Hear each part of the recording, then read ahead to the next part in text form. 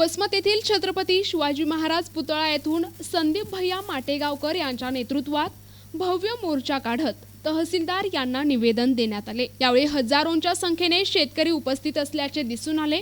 वसमत तहसील या ठिकाणी विविध मान्यवरांची भाषणे झाली आणि शासनाला भाषणातून जाब विचारण्यात आला। तातडीने ओला दुष्काळ जाहीर करून हेक्टरी 50,000 रुपये देण्यात यावेत। बियाणे कंपनी आणि अधिकाऱ्यांवर कारवाई करावी। शेतकऱ्यांचा 7/12 कोरा करून कर्जमुक्त करावे। सोयाबीनला 9,000 रुपयांप्रमाणे भाव तसेच कापसाला 15,000 रुपये भाव देऊन स्थिर करण्यात यावा। सरसकट पीक विमा देऊन विम्याची रक्कम शेतकऱ्यांच्या खात्यावर जमा करण्यात यावी। हिंगोली जिल्हा हा केंद्र सरकारच्या मदर डेअरी योजनेत समावेश करावा अशा अनेक मागण्या घेऊन शेतकरी तहसील कार्यालयावर धडकले होते।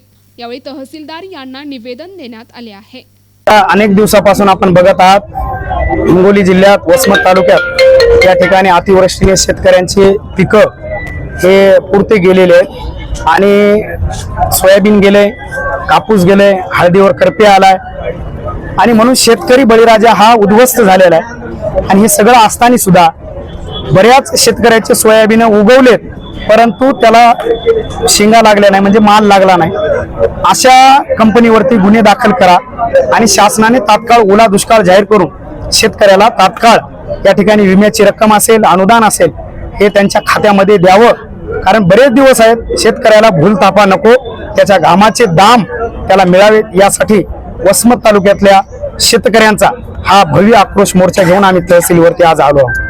कालच मंत्री या ठिकाणी आले होते, विधानसभेमध्ये काही ठिकाणी पाहणी देखील। काय मंत्री कोण आले गेले हे वाऱ्या चालूच आहेत, पंढरीच्या वाऱ्या येत आहेत जात आहेत। यांच्या येण्या जाण्याने फारसा काही फरक पडत नाही। बॅनर लागतात, बॅनरबाजी होते, पेपरला बातम्या येतात, पण ठोस माझ्या शेतकऱ्याच्या पदरात काय मिळालं आज ते चिंतेमध्ये आहे। म्हणजे मंत्री महोदय आले, कशामुळे आले, अतिवृष्टी झाली हे त्यांना माहित आहे, परंतु केवळ शेतकऱ्यांना झुलवत ठेवणं आणि शेतकऱ्यांच्या भावनेशी खेळणं।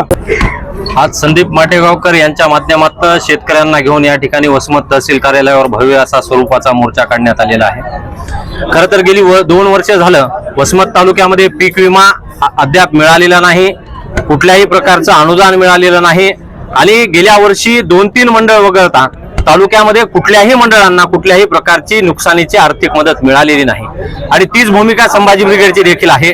म्हणून त्यांच्या मोर्चाला पाठिंबा म्हणून आम्ही आज संभाजी ब्रिगेडचे पदाधिकारी या मोर्चामध्ये सहभागी झालेलो आहोत। निश्चितपणानं ज्या पद्धतीनं पीक विम्याचा अग्रिम 25% या 4 दिवसांमध्ये मिळणं आवश्यक होता तो अद्यापपर्यंत मिळालेला नाही।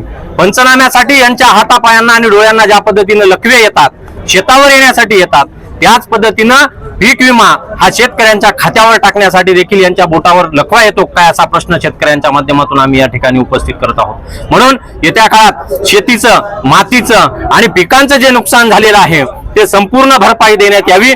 तुटपुंजा स्वरूपाची मदत नको, फोटो सेशन बंद झालं पाहिजे आणि कोट्यावधी रुपयांच्या नॅशनल हायवेच्या लगत व्यापाऱ्यांच्या जमिनी आहेत त्या जमिनीचे पंचनामे करून इथं मंत्री महोदय येऊन निघून जातात, ही एक शोकांतिकेची बाब आहे आणि याचा देखील आम्ही निषेध करतो। शेतकऱ्यांच्या मागण्या मान्य नाही झाल्या तर निश्चितपणानं सर्व शेतकऱ्यांना सोबत घेऊन आम्ही तीव्र स्वरूपाचं आंदोलन करणार। धन्यवाद। संदीप भैया माटेगावकर। प्रतिनिधी नंदू परदेशी, NTV न्यूज मराठी, वसमत, हिंगोली।